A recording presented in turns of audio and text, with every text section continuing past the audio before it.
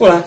Neste vídeo trataremos sobre a ocupação irregular de terras públicas, dando ênfase à região amazônica. Abordaremos aspectos históricos, os elementos atrelados a esta problemática, a atuação do poder público diante de situações como essas, e de modo geral, os efeitos sociais e ambientais que estes tipos de ocupação podem acarretar. Acompanhe!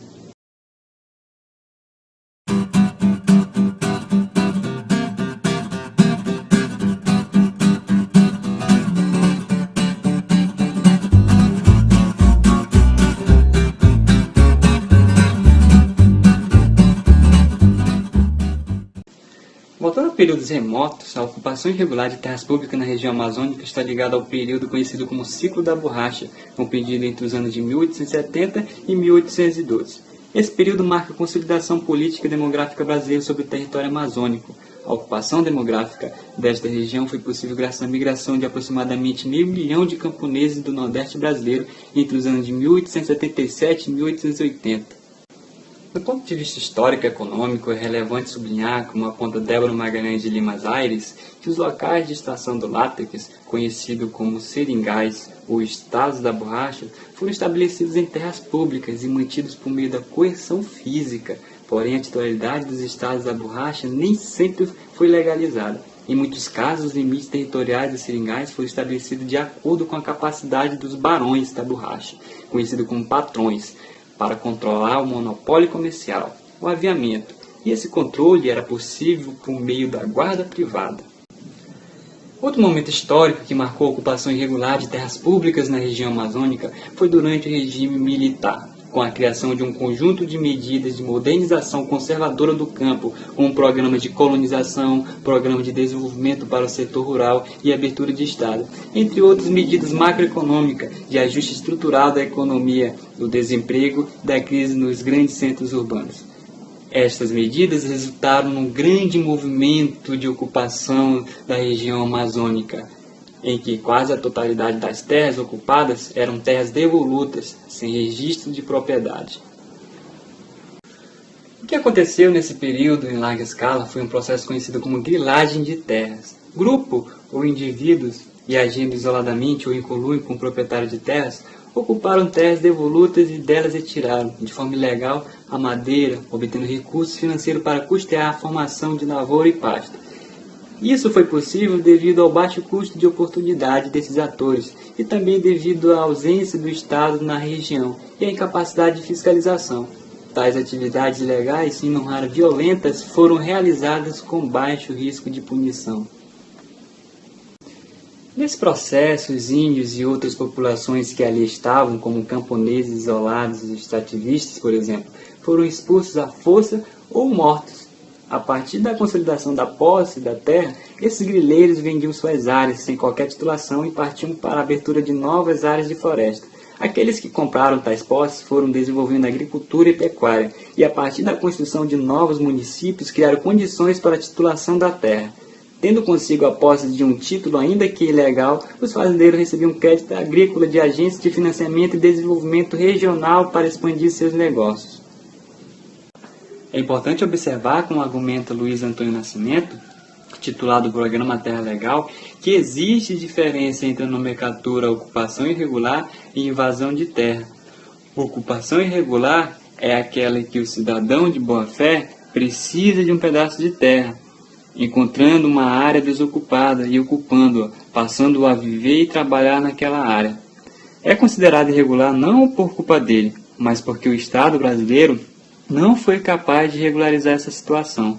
Já o invasor de terra é aquele que encontra uma área já ocupada, que inclusive há trabalho humano nela, mas o atual ocupante não tem documentos de posse da terra. Assim, ele invade a área, geralmente utilizando documentação falsa, a exemplo da grilagem de terras. Com o processo de urbanização, deu-se o aumento populacional, em decorrência do êxodo rural, no qual se agravou o crescimento desordenado, agravando as ocupações irregulares que acarretaram uma série de impactos ambientais no panorama da cidade, nitidamente evidenciado nos igarapés poluídos e contaminados por resíduos sólidos, além da destruição da mata ciliar. Esta tem papel fundamental na gestão dos recursos hídricos. Ela evita a erosão das margens, retém sedimentos e resíduos que afetam a qualidade da água e contribuem para a manutenção do ecossistema e para a sobrevivência das espécies. Outro problema recorrente devido a essa ocupação são as enchentes urbanas, pois sem áreas verdes que possam absorver o excesso de água e um sistema de drenagem eficiente, as ruas passam a atuar como uma rede de canais complementares, ocasionando vários transtornos além de proliferação de doenças. E no que tange a doenças, podemos citar as doenças infecto-contagiosas, dentre elas a expansão da dengue e da malária na área urbana, pela ausência de infraestrutura e saneamento básico.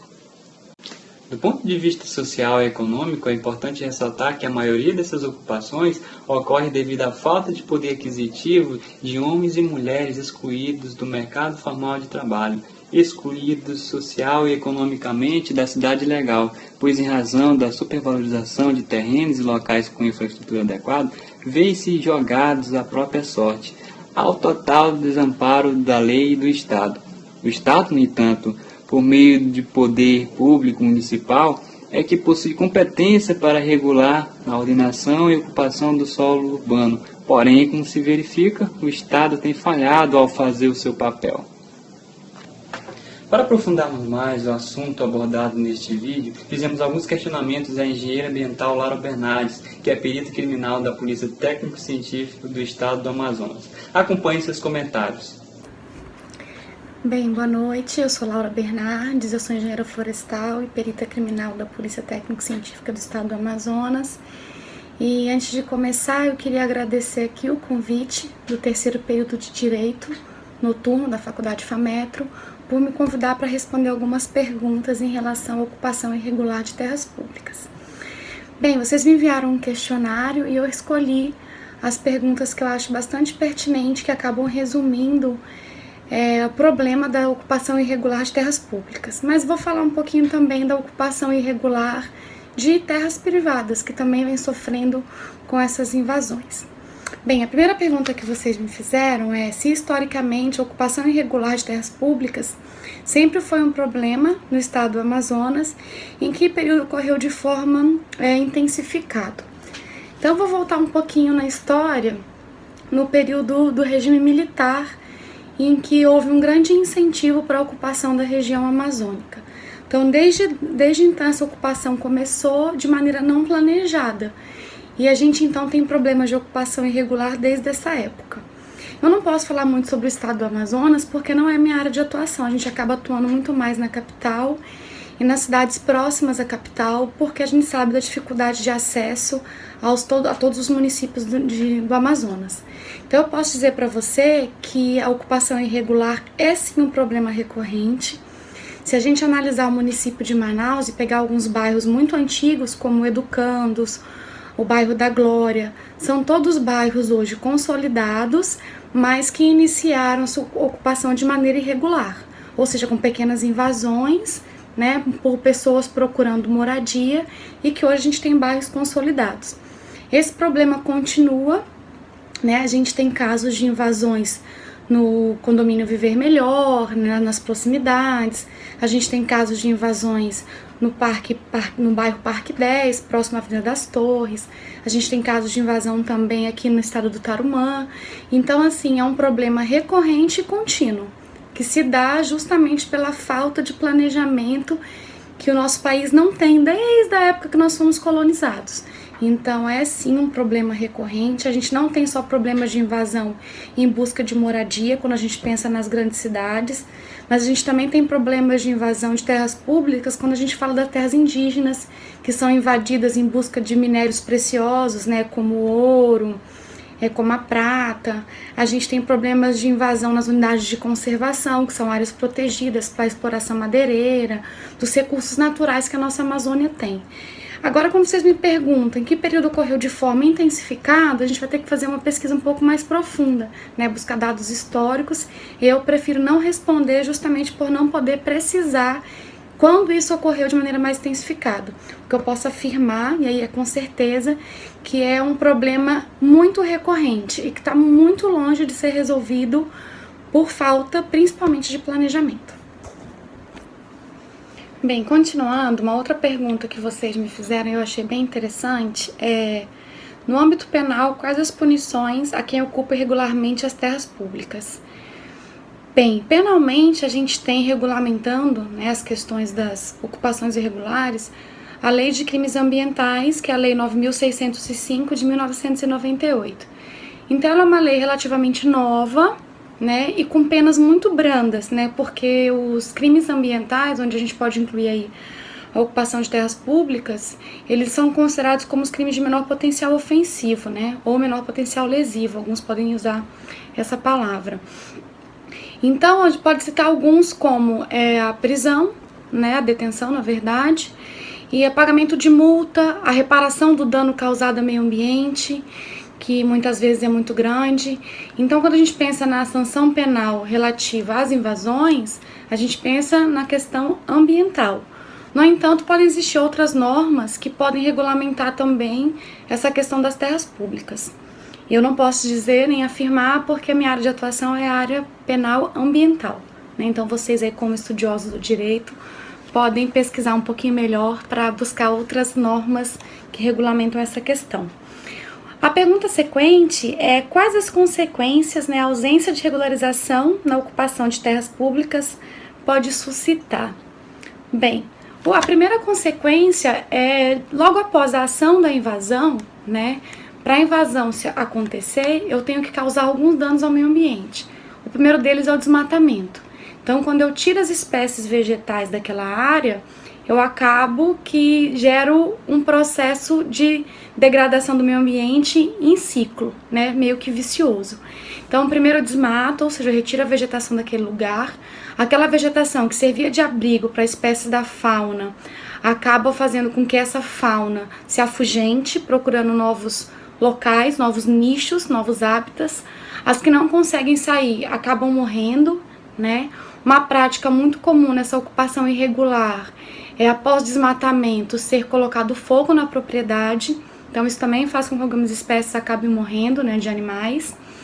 Consequência ainda da queimada, a gente tem o empobrecimento do solo, o processo erosivo, e se essa área estiver próxima ao igarapé, a algum curso d'água, eu posso ainda degradar esse curso d'água com assoreamento, destruição das matas ciliares, né, diminuição inclusive da formação de nuvens, então eu posso alterar a temperatura. Então, na verdade, com a má ocupação, a ocupação irregular, eu vou gerando muitos processos, né, nesse nosso sistema ecológico que até então estava em equilíbrio. Então eu tenho o primeiro impacto, já é o impacto ambiental. Além disso, a gente tem o impacto social. Quando a gente pensa nas ocupações irregulares nas áreas urbanas, a gente sabe que esses locais acabam trazendo muitos prejuízos sociais, né? Alguns desses locais servem de esconderijo para pessoas de má índole, que cometem outros tipos de infrações penais ou até mesmo crimes e acabam se escondendo nesses locais. A gente não pode afirmar que as invasões e todos os invasores, eles também cometem outros crimes de maior potencial ofensivo. Mas a gente sabe sim que algumas invasões maiores acabam servindo de esconderijo, né, de refúgio para pessoas que a gente diz que não são cidadãos de bem. Então a gente tem algumas das consequências da ocupação irregular, a questão ambiental e também a questão social, proliferação dessa conduta ilegal e dessa conduta também prejudicial à sociedade, né? Às vezes com tráfico de drogas, tráfico de armas, esconderijo para peças de veículos furtados. A gente precisa avaliar isso com um pouquinho mais de calma antes de afirmar com certeza que todas as invasões têm esse tipo de ocorrência, mas a gente sabe que algumas delas, principalmente as maiores, tem sim. Finalizando este vídeo, agradecemos a participação da engenheira ambiental Laura Bernardes. Agradecemos muito a coordenação de direito por ter nos dado a oportunidade de falar de um tema que é fundamental na estruturação da sociedade no espaço geográfico. Um tema em que o direito se faz presente de forma ampla, não só o direito, mas também com outras ciências, igual a geografia, a sociologia. Enfim, deixamos aqui o nosso muito obrigado.